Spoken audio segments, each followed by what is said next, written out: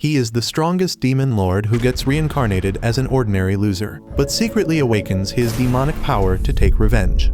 Our story begins with a squad of soldiers who find themselves hopelessly outmatched against the fearsome corpse god. Wielding enchanted weapons, he carves through their ranks like a force of nature. Just when all seems lost, urgent news reaches the captain. The legendary hero, Sagwa, is on his way. Knowing Sagwa is their only hope, the captain orders an immediate retreat. As the battlefield falls silent, Sagwa finally arrives, locking eyes with the corpse god. Without hesitation, he launches a barrage of powerful spells, but they don't leave a single scratch. Undeterred, he meets the demon's attacks head-on with his enchanted sword standing.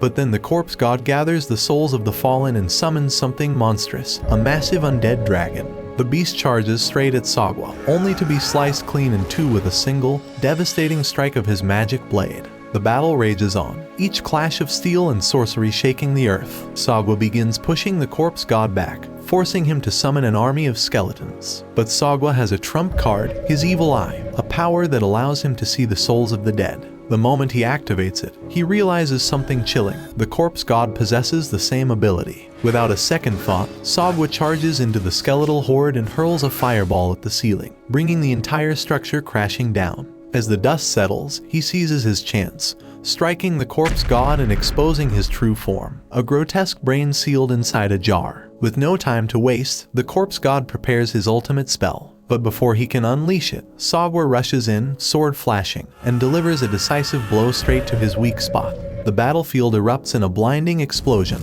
the shockwave tearing through the sky. Then darkness. When Sagwa regains consciousness, his mind is a blur. He can't recall how the fight ended. Meanwhile, in a completely different world, the corpse god awakens, reincarnated in a strange, modern city. Stumbling out of an alley, a fresh wound on his neck, he finds himself surrounded by unfamiliar machines and lights. Overhead, a drone locks onto him. Its operator, Kuru, watches in disbelief. He had confirmed this kid was dead. Yet, here he is, walking. Now going by the name Polka, the corpse god struggles to make sense of his new reality. This city is peaceful, nothing like the war-torn land he once ruled. But before he can process his thoughts, two police officers approach. Their language is unfamiliar at first, but Polka quickly absorbs the knowledge from his new body's memories and responds smoothly, assuring them he's fine. The officers, confused by his visible wound, insist on taking him for medical help. Before they can act, a sudden presence makes itself known.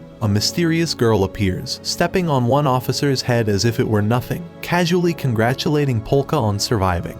With zero hesitation, she grabs his arm and drags him away. In a nearby alley, she introduces herself as Misaki. Just as Polka starts piecing things together, she suddenly hurls him into the air. Her grin widens as she readies a crowbar and drops a chilling revelation. She was the one who killed him. Polka's instincts scream at him to escape, while Kuru, still watching through his drone, wonders why someone would go this far to ensure the death of a mere 16-year-old. One thing is certain, his paycheck depends on Polka staying dead. Polka, now exhausted, realizes his new body is weak. Every step drains him, and worse, his magic seems gone. If he takes another fatal hit, it could be over for good. Misaki, enjoying the thrill, starts tossing knives at him.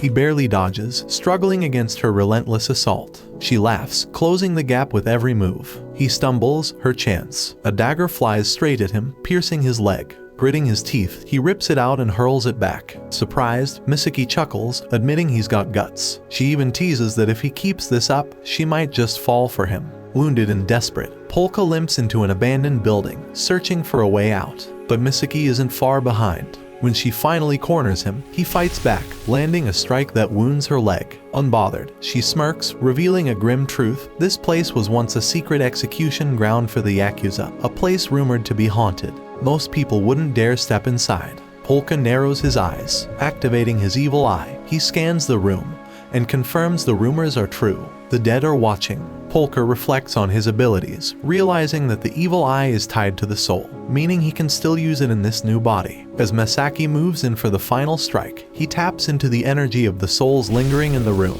A monstrous skeletal arm erupts from the ground, impaling Misaki in an instant. She falls lifeless. Meanwhile, back in the other world, Sagwa and her allies believe the corpse god has finally been defeated. However, something doesn't sit right with her. The demon's soul vanished too quickly. Her partner confirms that it no longer exists in their realm. but the uncertainty lingers. A flashback reveals the corpse god's tragic past. As a child, he was sold to court sorcerers by his own parents because of his evil eye. Forced into endless battles as a necromancer, he played a key role in the Empire's fall. But despite his power, all he ever wanted was a peaceful life. He even found love and companionship among humans, until everything was taken from him. Necromancers became hunted, and soldiers slaughtered those closest to him. His grief turned to rage, sparking centuries of bloodshed as he waged war against the world that wronged him. Yet, even through all the carnage, his desire for peace never truly faded. In the end, he chose to hide away, waiting for someone powerful enough to defeat him, hoping that in death, he could finally find the peace that always eluded him. Now, in the present, Polka stares at Masaki's lifeless body. He had questions for her, but now he's more worried about how the police will react if they find her like this. Meanwhile, Kuru, still monitoring the situation through his drone, struggles to believe what he just witnessed. His boss, Clarissa, calls him for a status update, forcing him to act fast. He quickly censors the footage to avoid any complications. A flashback reveals Masaki's past. She was once a happy child, deeply loved by her parents, until the day she witnessed their murder at the hands of a man named Jemba. That event shaped her life, driving her to become a professional assassin. Eventually, she found Jemba and made him suffer as revenge, but her motivation had already evolved. She didn't just kill for vengeance, she genuinely enjoyed eliminating evil people. When she received the job to kill Polka, she accepted, not for money, but out of curiosity. She wanted to know what it felt like to take the life of an innocent person. But after striking him down with her crowbar, she was surprised. Killing someone who didn't deserve it still felt good. That revelation triggered a deep existential crisis, making her question everything. Her purpose, her identity, even whether she should keep living.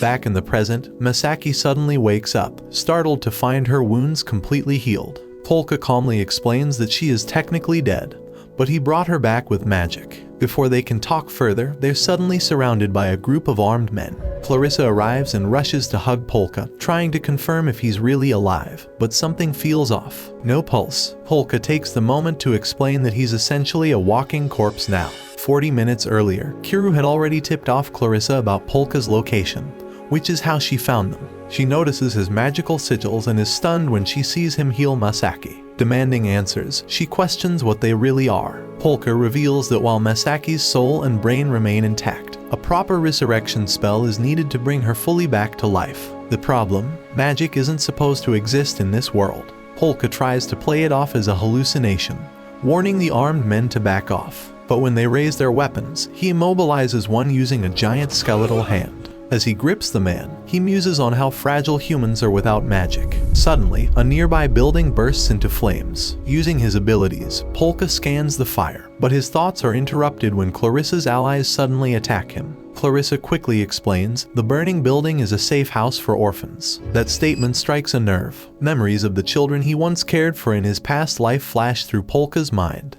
Without hesitation, he decides to help. With Kuru guiding him through the drone, Polka races through the city using his magic to move at incredible speed. Upon arriving, he activates his evil eye, sensing the life force of the trapped children. But something else catches his attention: 4 lingering souls belonging to the children's deceased parents. He calls out to them, proposing an idea: possess skeletal bodies to assist in the rescue. The spirits comply, forming skeletal avatars to help evacuate the children. Polka then lifts them all into his massive skeletal hand, carrying them safely to the ground. Though the children are saved, the event goes viral. Social media explodes with videos of Polka's undead minions, drawing worldwide attention. Watching from a distance, Kuru reflects on Polka's actions. He doesn't care about Masaki's life, but he risked everything to save innocent children. That realization unsettles him. He warns Clarissa to stay away from Polka, calling him a monster in human form. She agrees, but then tells him that Masaki is about to wake up again. As Polka watches the suffering of children in this world, he starts to question the nature of peace. When asked what he thinks it means, he wonders if wealth and power could be the key. He admits he doesn't fully understand this world yet,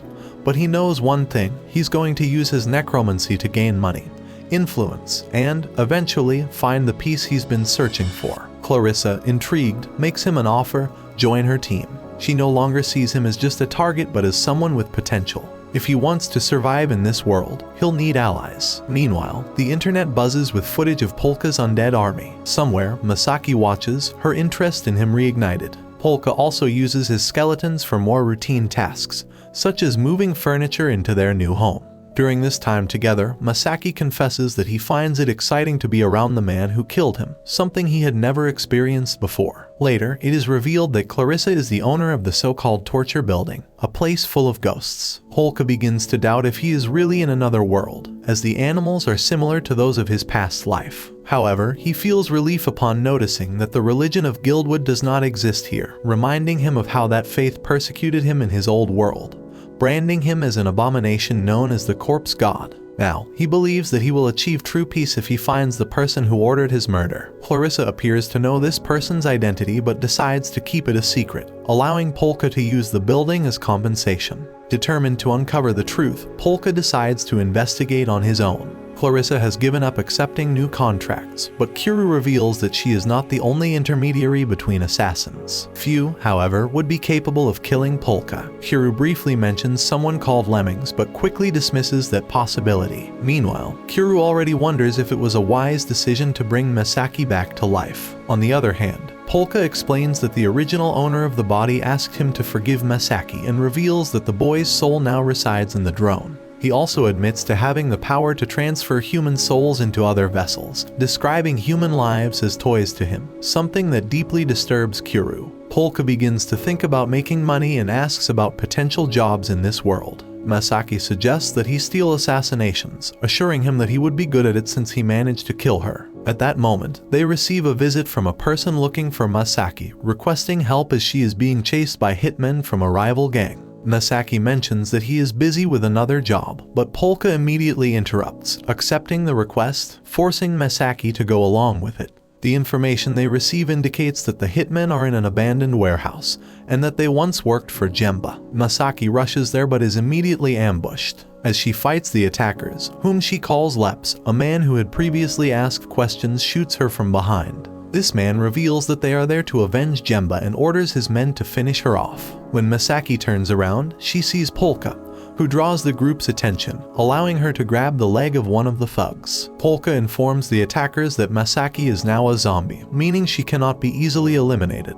Masaki rises and sends one of the attackers flying. Meanwhile, Kuru asks Polka if he knew it was a trap. Polka answers no, explaining that he agreed to help because he could see the souls of children hovering around the man. Then, he summons gigantic skeletal arms, crushing the group of hitmen against a rock, allowing the children's souls to finally rest in peace. Afterward, Masaki celebrates that the bullet wounds on her body have already healed, while Kuru reflects on how Polka can perceive children's souls despite viewing human lives as mere toys. Polka clarifies that he still values human life because it can bring smiles to children. This revelation leads Kuru to notice the differences between himself and Polka, observing how they each treat their targets. Meanwhile, other members of Jemba's gang plan revenge by opening their armory, but they are suddenly attacked by Lemmings, who eliminates the entire group. Polka, meanwhile, reads a book about vampires and claims that they are real in his world. He tells Masaki that he could turn her into one if he had enough mana, which excites her. On the other hand, Clarissa receives a call from the client who ordered the hit on Polka but decides to terminate the contract. In another scene, a man named Kaber appears, apologizing because he can't pay for his beer, which costs 60,000 yen. Meanwhile, a drunk man named Tsubaki looks for Clarissa, complaining that bars are ripping off customers. In her room, Polka explains to Masaki that her body can now self-regenerate and resist decay, making her even stronger than before. He advises her to eat raw meat if she ever suffers serious injuries and reveals that her saliva has the power to cause paralysis. To test it, Masaki bites him lightly, causing Polka to fall paralyzed to the ground. Masaki then offers Kuru a chance to try it, but he refuses, calling her a monster. That word reminds Polka of the hero who defeated him in the past, leading him to wonder if similar people exist in this world. Meanwhile, the police begin an investigation in the area where Polka crushed the thugs. Lemmings briefly appears, bathes the rock that had imprisoned the criminals, and immediately disappears. Alerted by the noise, officers arrive at the scene and find the bodies of the thugs. Elsewhere, Kasaburo is seen finishing a fight against some men who were trying to scam someone. He then receives a call, as does Tsubaki, who immediately leaves the bar after answering. Polka starts to notice that this world is not so different from his own, suspecting that the two might be connected. Kuru mentions the thugs that Polka killed, but Polka reveals that they are actually still alive, though they may have lost their minds after being trapped in the rock. Kasaburo and Tsubaki arrive at the scene and find the thugs, their bodies twisted into the shape of human knots. Both identify themselves as detectives of a special police unit. Later, at the station, it is revealed that both detectives have extensive experience with paranormal cases. Tsubaki mentions that there are 3 suspects still at large: Grim Reaper, the fire-breathing insect, and Lemmings. He also confirms that they found a Lemmings footprint at the scene and is investigating a case involving skeletons that saved some orphan children, suspecting a connection to the insect that caused the fire. Though the cases contain strange elements, Tsubaki assures his team not to panic, reminding them that all criminals caught so far have been ordinary humans. On the other hand, Polka transfers the soul of the original body's owner into a stuffed animal so Kiryu can control his drone again. During the process, he apologizes for taking over his identity and promises to make it up to him. Masaki, seeing the stuffed animal, finds it adorable and hugs it, causing it to blush shyly. Curious, Masaki asks what it is trying to say, and Polka explains that he could create human vocal cords for it, but lacks the necessary mana. Polka reveals that, as a necromancer, he can obtain mana by training ghosts, and mentions that the souls in his building are a good source of energy. However, Kiryu points out that not many buildings like that exist. Polka, unfazed, states that precious stones in this world are an even more powerful source of mana. They visit a jewelry store, where Polka is shocked by how expensive the stones are in this world, as they were incredibly cheap in his own. As they leave the store, Masaki asks why he didn't absorb the mana from the stones right there. Polka explains that doing so would crumble the stones, which he deems unfair to the merchant. Suddenly, they come across Kasaburo, who lunges toward them, trying to grab the drone. In a bar, Tsubaki finally crosses paths with Clarissa and asks her about the strange human knots and the fire in the building, suspecting his group's involvement. Kasaburo, feeling bad for his aggressive approach, recognizes Karyua as the one controlling the drone and tries to start a conversation with him. But Polka interrupts, firmly declaring Karyua as his friend. Kasaburo insults Karyua, calling him scum, and urges Polka to cut ties with him. Polka, remembering the loss of his friends in a past life, uses his powers to retrieve Kasaburo's drone. Kasaburo, noticing Polka's unusual abilities, grows suspicious. Karyua warns Polka about Kasaburo's dangerous nature, mentioning that he wiped out an entire gang on his own.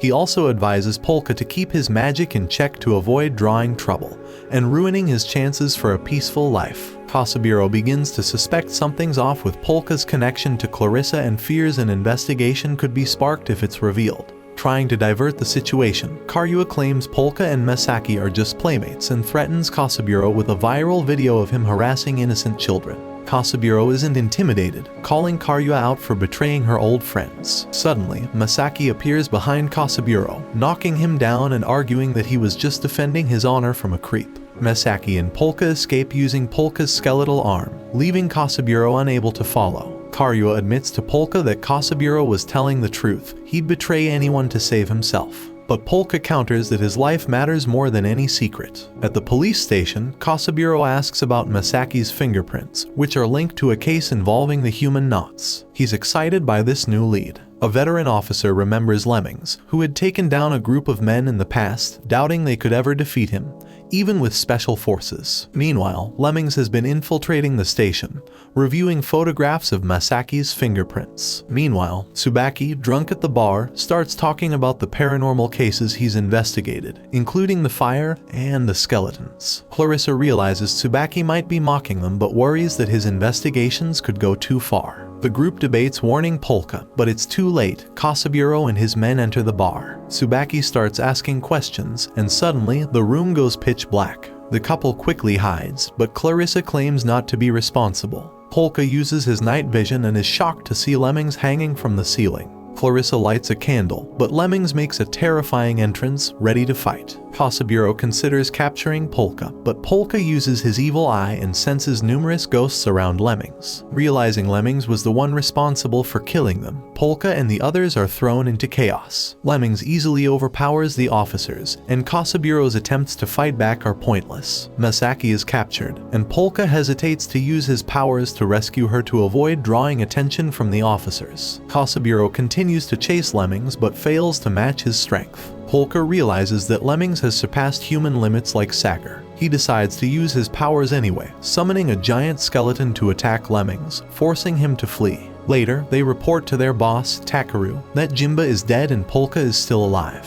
Kiryu is shocked that they survive facing Lemmings, whose name comes from his ability to infiltrate like a rat. Polka thanks Misaki for her help, and she says it's no big deal since she would have done the same for him. Misaki remembers what her teacher taught her, that to live a long life as a necromancer, she must help others no matter the cost. Polka, feeling grateful for his friends, expresses his desire to live a peaceful life with them. He even considers starting a business, using his powers to make money. He demonstrates by making a soul possess a pen and write ideas on paper. Despite Karyua's disapproval, the soul seems to have its own ideas. Polka uses his abilities to become a fortune teller, attracting customers while the soul guides him. They quickly make a fortune, dividing the profits, though Polka insists that Karyua doesn't take anything she didn't work for. Karyua adds that Polka comes from a wealthy family. Then, a group of men enters, calling Polka uncle and greeting him warmly. Polka decides to trick them, covering his head and claiming to be the corpse god.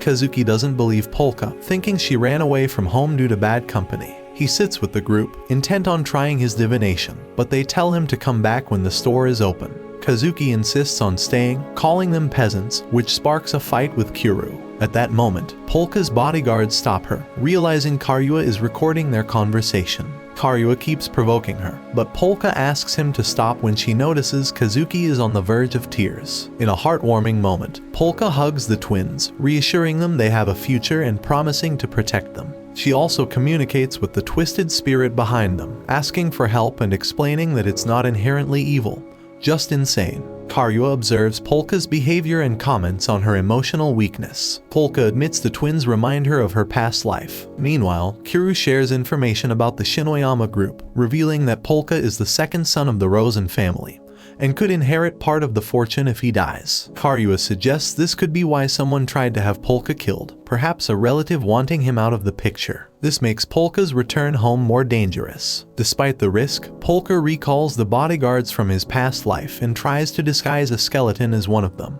though it doesn't look convincing. He eventually decides Misaki could be a good substitute. The twins meet Takeru, who learns about Polka and the situation. The sun had barely risen when the Demon Lord arrived at the Grand Shinoyama mansion, flanked by Misaki and Polka. Their presence at the doorstep stirred quiet tension. Shizuki, Kazuki, and Takeru greeted them, though the air between them was heavy with unspoken questions. Takeru, suspicious and stern, wasted no time in demanding answers. Where had the Demon Lord been, and what was Misaki's connection to all this? Later, over dinner, the tension softened as Misaki opened up to the family. She spoke with unusual calm, explaining that Polka had saved her from a suicide attempt. A moment of despair turned into a new purpose. Because of that, she owed him her life and had vowed to protect him, no matter the cost. Her words hung in the air, drawing mixed emotions from the others. Just then, the patriarch of the family, Rosen Shinoyama, made an unexpected appearance. His entrance silenced the room. With warmth rare for a man of his stature, he embraced Polka and welcomed him home, stunning everyone. But that warmth didn't last long. After the meal, Rosen led the Demon Lord to an isolated building on the estate grounds. There, away from prying eyes, the Demon Lord recounted his adventures in Shinjuku. But Rosen, ever perceptive, wasn't convinced. Calmly but firmly, he asked the question no one had dared to voice: who was he, really? The Demon Lord repeated his claim: he was Polka. But Rosen's instincts screamed otherwise. Without warning, he drew his sword and pressed it against the Demon Lord's neck. The room tensed. Yet, before anything escalated further, the Demon Lord's senses flared.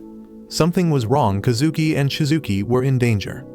Breaking free, he launched himself through the window with a burst of magical force, vanishing into the air just as a massive explosion shook the estate.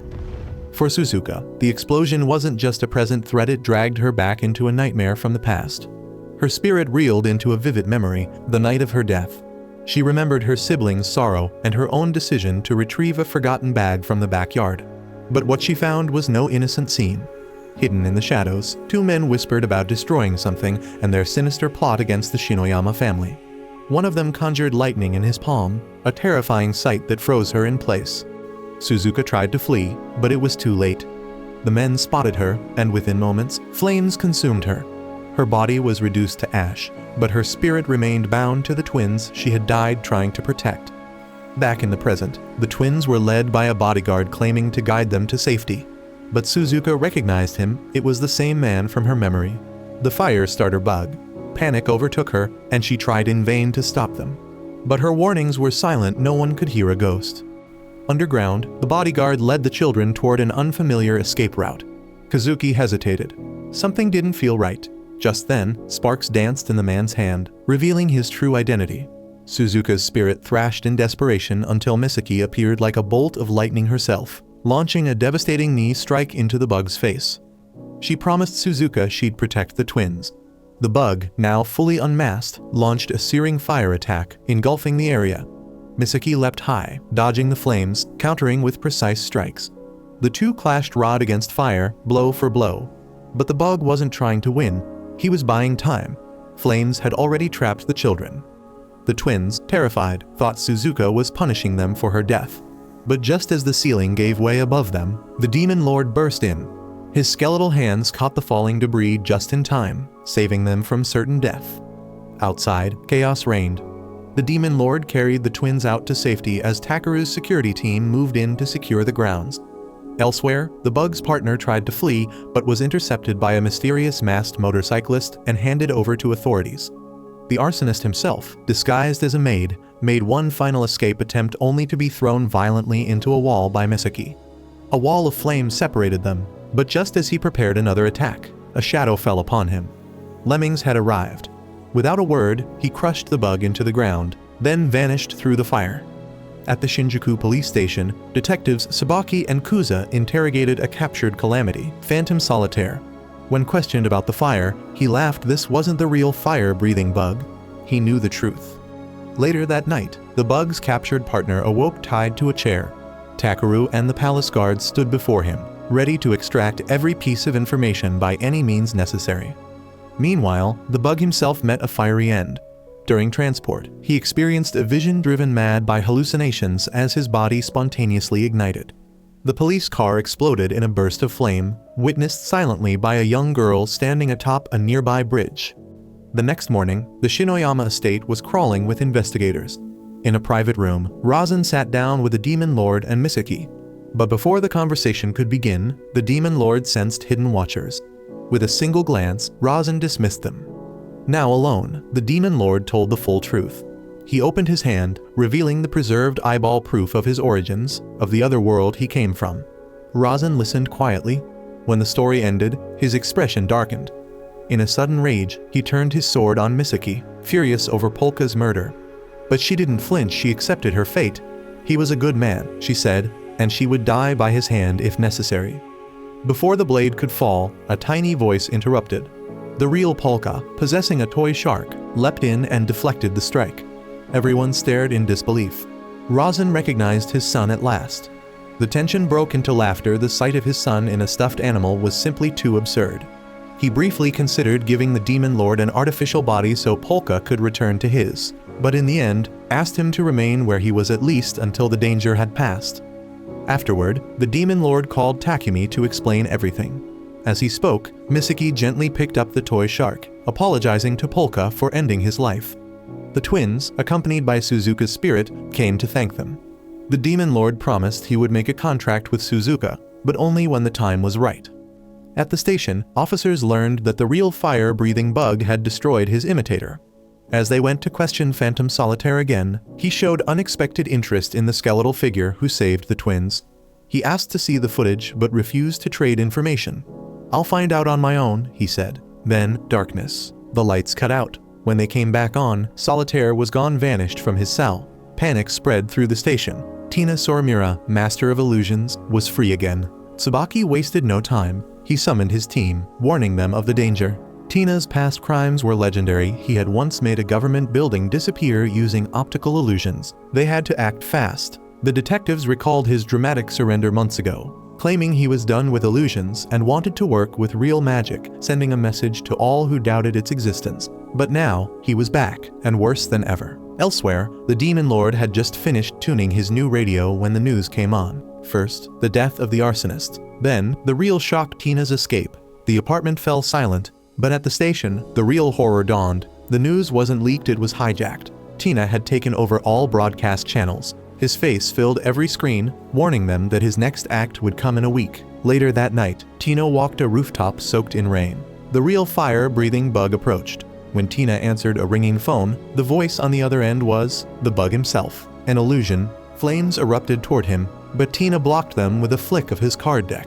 The battle began. Fire surged across the rooftop. Tina dodged, escaped on a bundle of floating balloons, continuing the conversation from above. But flames followed. The bug burst the balloons one by one until Tina fell into the inferno below. But he didn't die. He rose again, summoning a towering wall of cards as a final defense. As the fire consumed it, he vanished only to reappear standing atop the bug. Smiling, he offered him a deal. Somewhere else, Polka, Misaki, and the Demon Lord were discussing the strange differences between their worlds when a knock came at the door. They opened it to find Seo and her trainee butler. Zioyu lay arms full of luggage. As the shock of the news settles, the trio learns that Seo intends to stay with them. The fire had consumed her room, reducing most of her beloved sharks to ashes. Lei, her newly appointed butler and guardian, delivers a message from Raisin, explaining the situation. Watching the video, Demon Lord quickly senses the heightened surveillance around the building and realizes that Seo's presence is merely a pretense. Raisin had sent his own security detail to keep Polka safe under the guise of protecting her. The next morning, the group sets out to find an empty room for the new arrivals. As they prepare breakfast, Lei reveals that his duties extend beyond Seo's protection. He is also meant to act as Polka's liaison. However, when Demon Lord shares his plan to investigate the situation firsthand, Lei warns him against it. The Shinoyama mansion is crawling with police, making it a dangerous place to approach. Meanwhile, at the mansion, Kyuza and Tsubaki conduct their investigation, questioning the household members about the fire. Their inquiries are interrupted by Takeru, who leads them to the living room for a private discussion. He explains that the fire-breathing bug has long been an adversary, having torched multiple buildings under their watch and damaging the family's reputation. With a sharp tone, he urges them to handle Phantom Solitaire swiftly before Shinoyama stocks take a deeper plunge. As they leave, Kyuza voices his suspicions Takeru's companions might be calamities themselves. Tsubaki, in turn, presents a family portrait he discovered at the mansion. Pointing out Polka's presence, he instructs Kyuza to alert their team of a potential conflict with the Shinoyamas. More disturbingly, their investigation reveals that both Polka and Misaki were at the scene of the fire, making them prime suspects. Inside the mansion, Takeru gathers his associates. He acknowledges Tsubaki's tenacity and instructs them not to harm him. Instead, he sees an opportunity. If Tsubaki continues his probe, he may unravel the truth behind Polka, a mystery that even Raisin seems to be investigating in secret. Back at the apartment, Seo and Rei settle into their new room. Later that night, Rei wakes, activating an earpiece that allows him to eavesdrop on the trio. Unbeknownst to them, he had planted a wire in their room. Standing in the dim light, he recalls Raisin's instructions to accompany Seo to Shinjuku and ensure both her and Polka's safety. But his own resolve burns stronger. To him, Polka is nothing more than a fragile, unworthy heir. Rei believes he is far more capable, far more deserving of Raisin's recognition. A wave of memories floods his mind. The agonizing hospital stay after his first mission. The moment his limbs were lost, his father had seen him as expendable, intending to use him as a Tiing Fu, a vessel for cultivating rare toxins through human organs. It was Raisin who intervened, purchasing him in exchange for cutting-edge technology that would render such cruel practices obsolete. But Rei had never been a charity case. Raisin had his own reasons. He had taken the boy in as a test subject for new prosthetics, conditioning him to serve the Shinoyama family, and Rei had accepted his fate willingly. Elsewhere, Clarissa and her associates piece together the puzzle. She recounts whispers of the Shinoyama family's deep underworld ties and their rumored dealings with an assassin organization. If an external force had been hired to eliminate someone, it would explain why the true mastermind remained in the shadows. The Lei family, in particular, stood out an old faction with a lethal combination of ancient techniques and cutting-edge advancements. Their reputation preceded them. Meanwhile, inside the apartment, the trio engages in a lively discussion about the dragons of Demon Lord's world. Lei, who had been eavesdropping, grows increasingly irritated. To him, their conversations are nothing more than childish fantasies. He listens further, scoffing at their antics, dancing with skeletons, playing ridiculous games until something unexpected happens. Polka suddenly states that he can sense Lei's presence outside Seo's room. Lei stiffens. There are no cameras, no surveillance devices. Yet, Polka knows he is there. A cold realization settles over him. This isn't a game. Polka is aware of everything. And with that, Lei silently swears that no matter what it takes, he will uncover the truth behind him.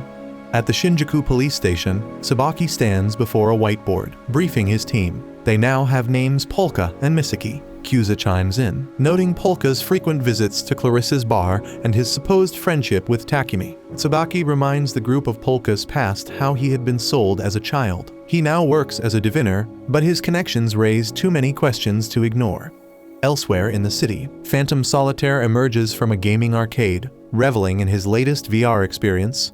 His presence draws attention, and soon, a crowd gathers, snapping pictures and feeding his ego. But amidst the admiration, his mind is already at work, concocting his next grand spectacle, a crime fitting for his comeback. His musings are interrupted when he accidentally bumps into a police officer. Recognition flashes across the officer's face, and within moments, Phantom is on the run. The chase unfolds in the neon-lit streets, with the fire-breathing bug silently watching from the shadows. Meanwhile, the trio finally reopens their divination shop, uncertain if anyone will show up unannounced. Their doubts are quickly shattered when the door swings open. Standing in the doorway are Tsubaki and Kyuza. Takumi stiffens. His instincts kick in, and without thinking, he dives behind his desk, hoping to disappear from sight. Tsubaki tells them that they are not there to inquire about the fire at the mansion, but instead for a personal visit. He claims he is on his lunch break and wants his fortune read. Polka agrees, leading them into the main room.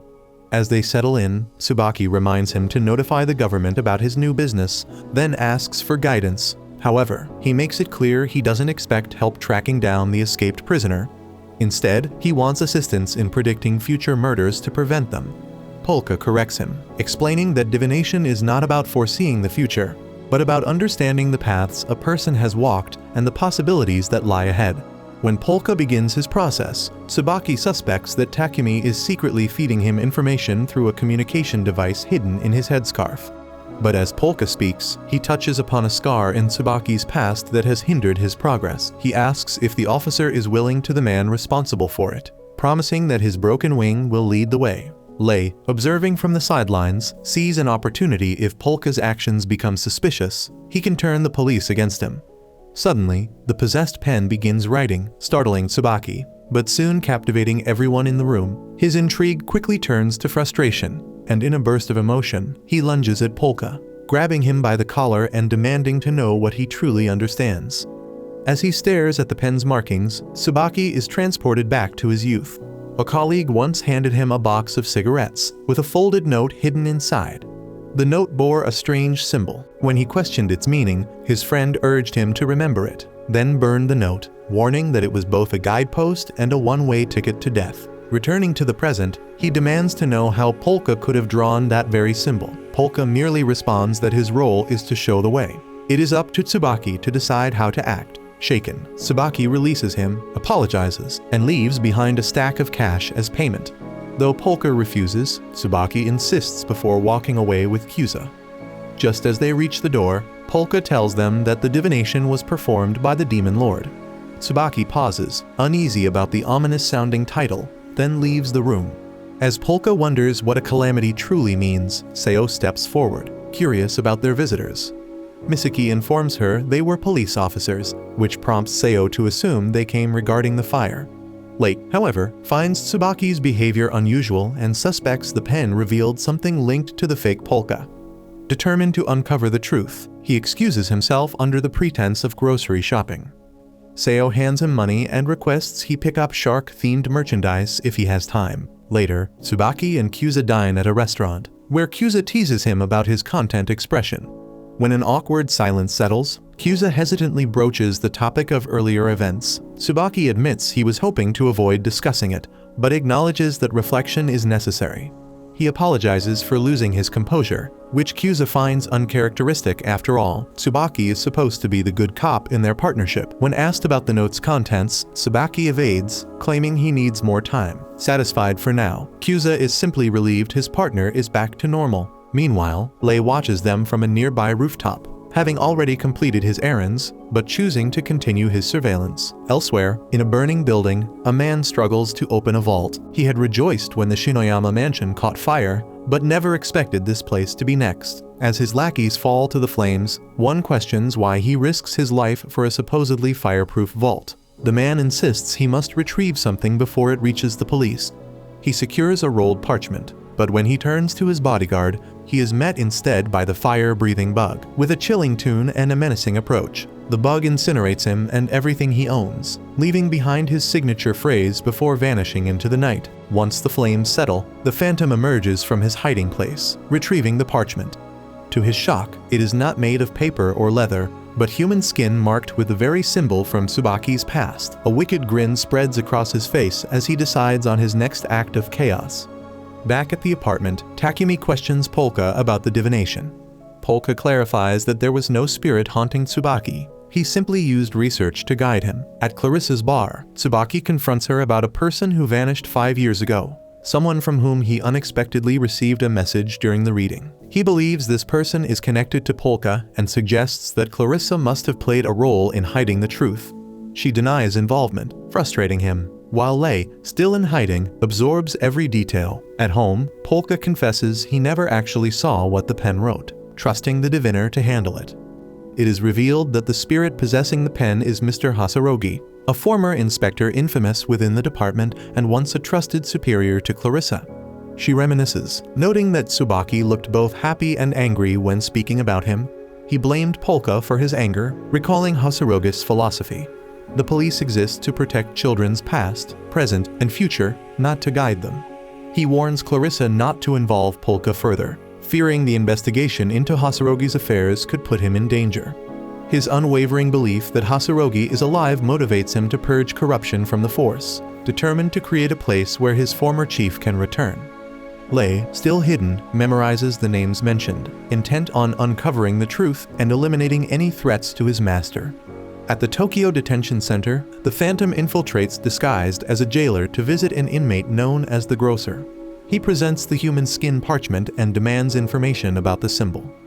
The Grocer, skilled in negotiations, raises his price for wasted time.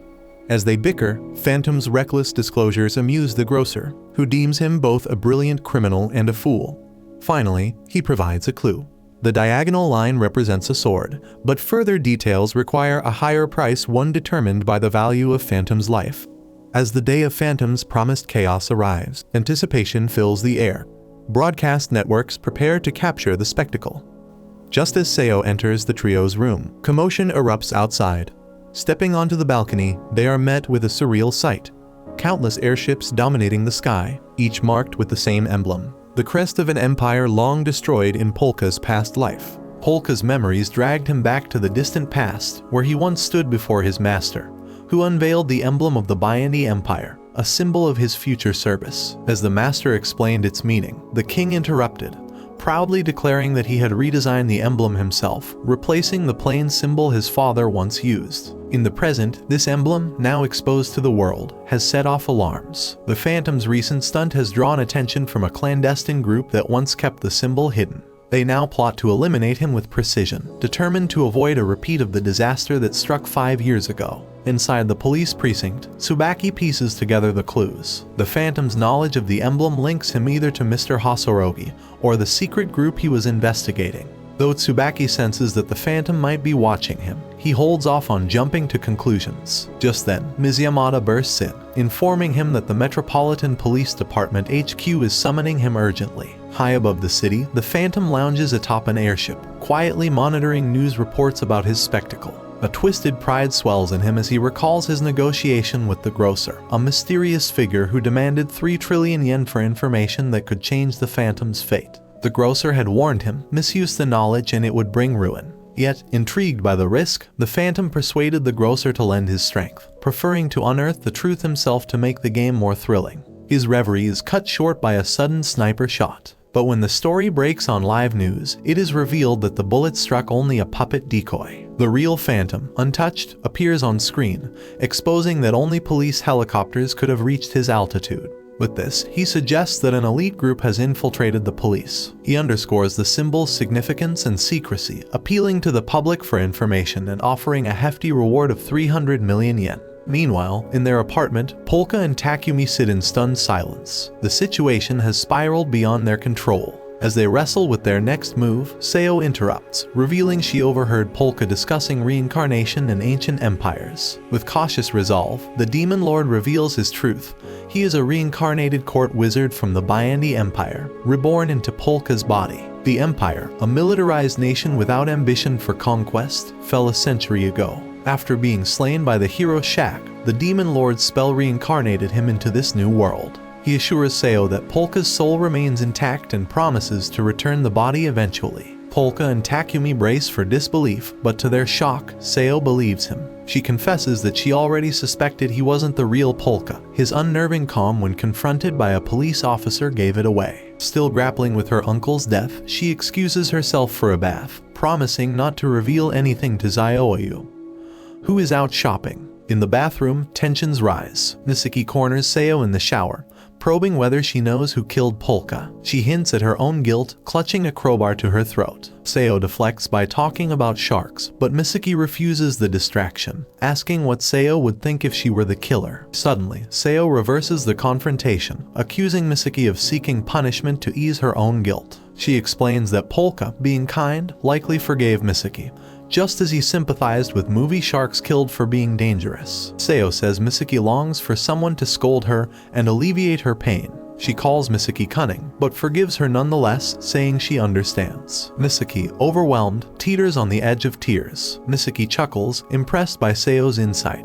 When asked why she isn't afraid of a killer, Seo explains that their conversations about shark films convinced her Misaki couldn't be a bad person. Even if she had decapitated her family, Seo jokes the sharks would forgive her. Sharky, her doll, silently resigns himself to the fact that his family is truly eccentric. Seo adds that Misaki deserves forgiveness for saving Shizuki and Kazuki. Out of the shower, Misaki admits she had suspected Seo might have ordered the hit on Polka, but now believes otherwise. Takumi, confused, accuses Seo of being unhinged, to which she replies that she only cares about sharks. She claims that if she ever wanted someone dead, she'd just feed them to the sharks, a disturbingly convincing argument. Noticing Sharky turning red from embarrassment, Takumi retrieves the doll. Seo apologizes for taking it without permission. Takumi expresses sympathy for the real Polka, trapped in the doll and surrounded by such odd company. Seo explains she took the doll because it was her first time seeing it, and she wanted to make it part of her shark family. When she learns Polka's soul is inside, she drops to the floor in shock and shame, not because she changed in front of him, but because she never imagined a family member would become a shark. Eagerly, she offers her body to Polka so she can become the shark instead, a suggestion the Demon Lord finds absurd. Back on task, the group revisits the symbol. Takumi hands the Demon Lord a tablet with an image of it. The Demon Lord believes the symbol poses no problem unless someone intends to misuse it. To protect its meaning, he must confront those behind its reappearance. Takumi proposes verifying whether the symbol is part of a trap set by the Phantom or linked to a real organization. Misaki wonders if the Phantom is from the Demon Lord's world, but he denies it. When asked about using magic to analyze the Phantom, the Demon Lord admits he only mastered reincarnation and knows little about others from his world. Misaki inquires about the summoned skeletons, and he confirms they are from his world. He summoned them using nearby spirits, and though more articulate souls exist, he had freed them before the subjugation unit attacked. Still, some remain loyal. He worries about facing those souls again, having once been deemed a threat. Seo urges him to smile when summoning them and apologize sincerely if they hold a grudge. Her faith in those who trusted him touches the Demon Lord, and he apologizes for ever doubting her. As the conversation winds down, Seo expresses her belief in the existence of shark-based magic. The Demon Lord reveals that ocean dwellers who could control fish did exist in his world. The group agrees to investigate the symbol. Takumi volunteers to look into potential threats and starts with the police. Mr. Hasorogi warns them to be cautious. The force is more dangerous than it appears. At the Metropolitan HQ, Tsubaki is escorted to the director's office. His guide warns him not to be intimidated. Inside, Director Jirotaro Takanasu greets him coldly, commenting on his appearance before launching into a speech. He declares that Tsubaki's value lies only in how well he meshes with the organizational machine. Back at their base, the group sifts through files on Gyro and finds him terrifying. During their search, they learn that Tsubaki has been repeatedly using internal systems to investigate Mr. Hasorogi, which resulted in disciplinary action. In the office, Tsubaki asserts that he works well with others, except when a traitor is among them. Jiro senses the veiled reference to Hosorogi but plays coy. When Tsubaki labels the true traitor as a rat still within the building, Jiro pretends offense before admitting he had expected Tsubaki to react emotionally. Instead, he's impressed by his restraint. Jiro warns that he will not hesitate to destroy him if necessary, but acknowledges that Tsubaki brings a new dynamic to the department. He reveals a reorganization plan. Tsubaki is now assigned to lead the investigation into the Phantom, given his apparent connection to the case. Elsewhere in a quiet park, Tina ends a call in which she learns that several people have hacked into the police systems. One hacker stands out, someone with a clear goal. She tracks the signal to a new diviner's shop in Shinjuku. Intrigued, Tina decides it's time to pay the shop a visit. At the divination shop, a throng of excited customers eagerly awaited their turn. The demon lord prepared to start the day, turning to ask Takumi if he'd found anything new. Takumi explained that he'd spent the entire night investigating and had saved the data on a flash drive. It seemed to be a huge mess, he said, involving internal police affairs. Takumi explained that Mr. Hosorogi had disappeared and been killed when he was close to catching someone. Hosorogi added that a hired assassin had killed him, which led them to conclude that the criminal must be a part of the police force. Hosorogi then said that he couldn't reveal any more without putting them at risk. To protect the Shinoyama family, the demon lord agreed to back off. In the kitchen, while making dinner, Lei overheard the entire conversation and realized they were talking about Hosorogi. He wondered what these kids were up against. He was just thinking about the strange pauses in the conversation when all he could hear was the scratching of a pencil when Seo suddenly popped her head in the door to tell him she was hungry, pulling him out of his head. In the other room, Mr. Hosorogi told the group that everyone who needed to be informed had been, and that he had worked with the demon lord in the past and trusted him to handle the case well. Back at the precinct, Tsubaki was briefing his team on Solitaire, warning them that he was incredibly elusive. He had noticed a habit, though. Solitaire actively approaches and observes targets that interest him.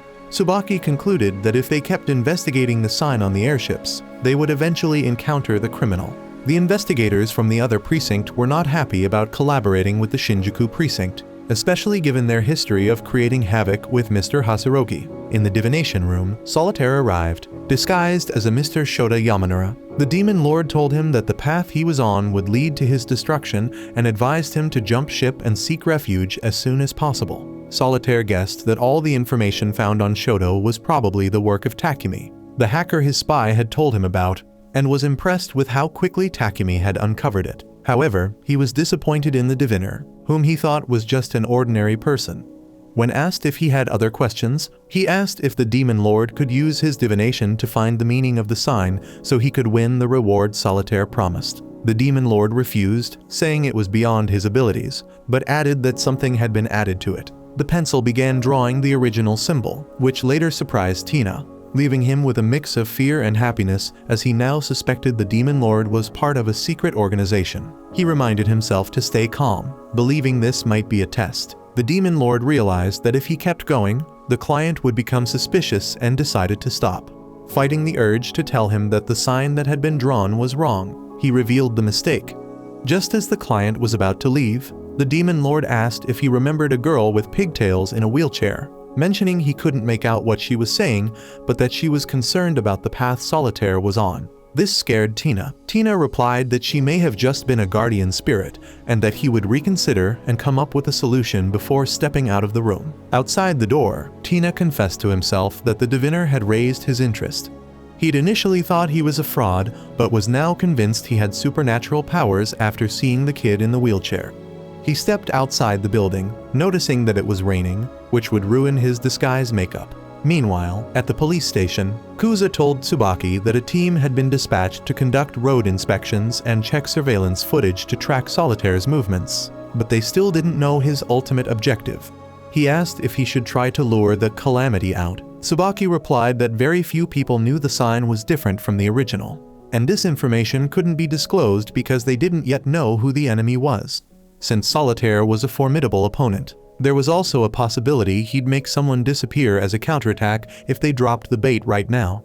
He added that his primary focus was figuring out Solitaire's whereabouts and that he couldn't risk focusing on more than one thing, as it might throw him off track. He said the rest would fall into place once Solitaire was captured. 2 other investigators approached them and taunted Tsubaki, pointing out that he was enjoying his coffee while his team worked so hard. They commented on how he'd unexpectedly made it to the top after lagging in his career. Tsubaki simply thanked them for the compliment and reminded them that he was the one in charge, adding that since they had the time and energy to complain, they must not be working very hard. This enraged the 2. One of them grabbed his collar and reminded him that, as Hasurogi's sidekick, he had a lot of enemies, implying that if something were to happen to him, no one would find out. Tsubaki, maintaining his calm composure, reminded him that the internal review was coming up, and after it, he'd make sure corrupt officers like him couldn't perform illegal acts in plain sight anymore. The officer shoved Tsubaki against the wall, telling him not to forget his status, adding that he could do whatever he wanted in his own precinct but had no right to act so big around here. Tsubaki taunted him, calling him a coward who couldn't speak without showing off his official title and saying that middle schoolers on the internet were better than him. The officer lost it after this comment and charged at him to throw a punch, which was stopped midway by a smiling Kuza, who told him to calm down. He tightened his grip on his arm. The officer begged him to let go, which Kuza only did after Tsubaki had assured him twice that he was fine. As he put a cigarette in his mouth, Tsubaki asked the officers to refrain from bullying the weak. While Kuza lit his cigarette, the other officer reminded Kuza that he'd been previously involved in illegal undercover searches and that the information coming out might cause him huge trouble. As they threatened that they could also fabricate charges, Kuza turned to them and told them that he had already been punished for the undercover investigation. Just then, a voice called out for Tsubaki. Everyone turned around to see Yatsu, another officer, walk in just before he knocked one of the officers to the floor with his stick, dislocating a shoulder. Just then, Chief Superintendent Hasaki walked in angrily and asked what was happening. Ranmaru's partner replied that they were just helping their colleague who had fallen get up. As the other investigators left, Hasaki asked Tsubaki to tell him exactly what had happened. When Tsubaki narrated the incident, Hasaki sat with his head in his hands and asked Tsubaki not to provoke them too much in the future, even though they were at fault in this case. Then, he told him there was a traitor in the police force. He warned Tsubaki to be careful, as even the CS did not have enough power to protect him if needed, for which Tsubaki thanked him before leaving. As Tsubaki came back, he mentioned that it was possible that Lemmings was also involved.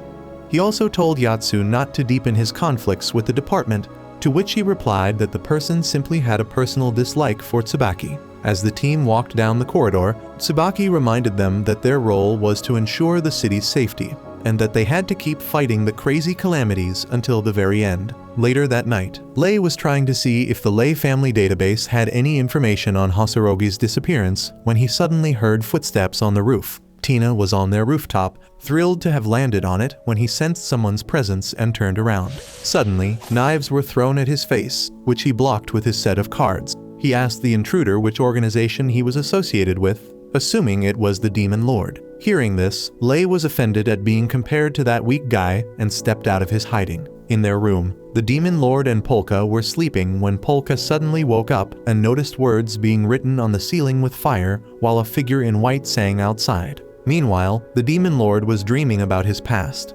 He saw a panicking public in front of a burning Empire's emblem, talking about the entire army having been destroyed by dragons. Just as the Demon Lord was about to step outside to fight, his master stopped him, reminding him that there were barriers around them that hindered awareness. Otherwise, they would have definitely been sent to the front lines. When asked why she didn't go, she told him that she didn't want to get involved in foolish people's self-destruction, and added that she had instructed their companion, Ramika, to help as many people they knew as possible. She told him that the Empire was definitely going to collapse and that he should be ready to live a free life. She added that though she had made him possess an elderly man's bones, his mind was still a boy's, and remarked that he would mature gradually over the eternity their kind had. Just as she was about to walk out the door, she told him that they must cherish everyone who had a limited amount of time to live. While his memory flashed through scenes of battle, he apologized to his master because he had failed to protect, save, and forgive them, as she had once told him to. He felt that he had tainted his ability and was ashamed to face the people from the Empire, as he had now become the enemy of the world. As he was sad that since he had escaped into another world and had nothing to cherish, the king came and consoled him just as he woke up. Polka had been trying to wake him up for a while to show him the bug's message that now appeared on the wall. As the Demon Lord was wondering what it could be about and got up to look at it closely, his phone started ringing. When he picked up, the man on the other end asked him if he, too, was a product of Sabaramond, which shocked Polka and led him to question how the caller knew about it. Meanwhile, on the rooftop, Lei recognized the Phantom and moved toward him, telling him he would slowly interrogate him once he caught him. While Tina continued mocking him, he pulled out his steel claws, which Tina managed to jump and dodge. Lei then grew his claws and dashed toward Tina, trying to strike him, which was again dodged. One of Takeru's men was watching all of this through binoculars and informing his boss about it. Takeru expressed his surprise that he was actually watching Solitaire fight a bodyguard trained by his grandfather. At their lair, Takeru commanded his team to start taking action while he pondered how they could take advantage of the ongoing fight, as it often played a crucial role in Ko. Back in his room, the Demon Lord listens as the mysterious caller tells him that it's downright pitiful that they would even take in a boy like that. Instantly confuses him. He asks the caller if this world also has a Sabaramond, or if the people here are from the Empire of the Other World, or perhaps connected somehow with the Kingdom of Nyaneld. To each of these names, however, the caller professes to have never heard, at which the Demon Lord wonders if the man is simply feigning ignorance. Keeping the caller talking, he activates his evil eye to try locating him, only to see Lei unleash strike after strike upon Solitaire, each one of which the Phantom easily dodges. Solitaire laughs that Lei is far more skilled than expected and even tries to recruit him, praising that he'd make a superb magician. Lei comments that Phantom's lack of speed is balanced by his complete and utter unpredictability. Curious about what Phantom wants with Polka, Lei presses him for answers and asks if he's actually searching for Hasurogi. Not knowing who that is, Phantom sees an opportunity and lies, saying Lei has figured everything out and claiming he'll settle his debts with Hasurogi another time. Surprised, Lei demands to know why a police officer would ever help a criminal like him and whether the sniper attacks were carried out under Phantom's orders. That was when he caught the sudden spike in Phantom's heartbeat. Phantom plays along, insisting the sniper targeting him must mean something has happened to Hasurogi, and that's why he came to look for clues. This leaves Lei to wonder what kind of relationship Phantom and Hasurogi have. But he decides to drop the thought for now and capture Phantom anyway, just in case he's connected to his master's enemies. Lei readies himself to charge him, but out of nowhere, Lemmings jumps in, really startling everyone. Lei asks Phantom if they are allies, and Phantom quickly lets him believe they are. He warns Lei that Lemmings is completely unpredictable, and informs him that if he wants to run or surrender, now is the time. While Phantom keeps threatening Lei by using Lemmings' presence, the bandaged criminal suddenly turns around and terrifies Phantom so badly, Phantom nearly soils himself. Lei takes the chance to throw multiple knives straight at Lemmings' back. Takeru's team asks if Lei knows about Lemmings at the Shinoyama mansion. Takeru says that he hasn't told them about that and guesses that perhaps somebody saw Lemmings during the fire. He assures everybody there that there won't be a friendly fire incident, and he had told Lemmings in advance not to harm his grandfather's guards. Meanwhile, on the rooftop, the knives do nothing to Lemmings, and he merely stretches, pops the blades out of his body, and continues walking, ignoring Lei wholly in the process. This frustrates Lei to no end. Lei throws wires coiling around Lemmings and sends an electric current rushing through them, only for Lemmings to slip out with ease and continue his advance on Solitaire.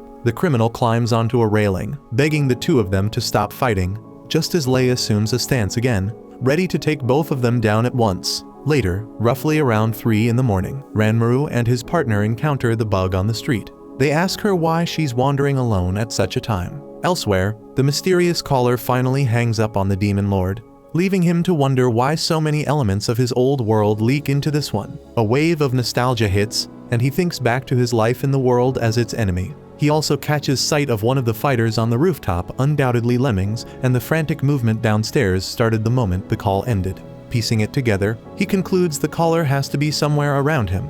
Not wanting to miss anything, he begins his preparation to take control of the whole area. Meanwhile, in another world, the Demon Lord's master stands on a cliff. Romilka approaches her and asks why she's been staring at the sea so much lately. The master says she has simply been drowning in sorrow, thinking of the once glorious empire that vanished long ago. Romilka calls her out, saying she must actually be thinking of the Demon Lord, and the master finally admits it, claiming she merely raised him. Romilka praises her anyway, impressed that both master and disciple became court wizards, just like she and the Demon Lord. She explains that the Demon Lord is one of the top 5 wizards out there, and that his necromancy is done completely differently than hers. Another magical being appears suddenly, telling her to stop talking. She reminds the master that in using magic to extend her life, she actually slowed down her own growth. She wonders aloud if her disciple is still a child, to which Ramaka finds fascinating. She adds that though he is usually such a good boy, once he sets foot on a battlefield, he becomes an entirely different person. The master insists otherwise and says that the foolish disciple outclasses her at least in one aspect: empathy. He doesn't even realize it. But he practically lacks autonomy because of it, relying too much on his companions. Perhaps that's why he connects so strongly with the undead. She warns once his support system collapses, he loses all control. On the rooftop, the Demon Lord launches his magical lightning at everyone. Outside the building, Ranmaru continues questioning the girl, remembering past disasters called the Gator Cisterns and deciding he should be wary of girls too. The bug steps closer and explains that her dog ran off. That's why she and her dad are searching the streets. Since the dog ran into the building, she's waiting outside for it. When asked where her father is, she says he just called to say he found the dog and is on his way. She waves at someone approaching and claims he's her father, then runs toward him. The man is rude at first, but once he realizes they're police officers, he apologizes. Asked about the raincoat, the girl says she's wearing it so she won't dirty her clothes while searching cramped places. Watching all this through his magical eyeballs, the Demon Lord notices there are no living dogs anywhere around. He further recognizes the familiar color of the girl's soul and of the man's soul on the rooftop. He recalls both of them came for divination earlier, and each of them asked about the emblem. It cannot be a coincidence. He expands the sacred place further, pushing his magic outwards until it covers the whole of the town. It reminds him of when his master had him practice the basics atop a giant pillar. She taught him netherworld overflow, the basis behind the creation of a sacred place, and asked him if he had ever felt the eerie silence of a forest at night, or sensed the aura of a shrine just by being near it. She explained that by infusing netherworld air into the environment or any enclosed shape, he can create that atmosphere. Those without the evil, I can only sense it faintly. But with enough practice, he can distort someone's vision and orientation. When he demonstrates, she calls him a beginner, but encourages him to be patient. She promises that one day, he'll be able to envelop an entire castle. In the present, the chill suddenly runs down the spines of all the citizens in the city. One investigator speaks up and says that something doesn't feel right with the atmosphere. Meanwhile, Demon Lord makes his way to the rooftop.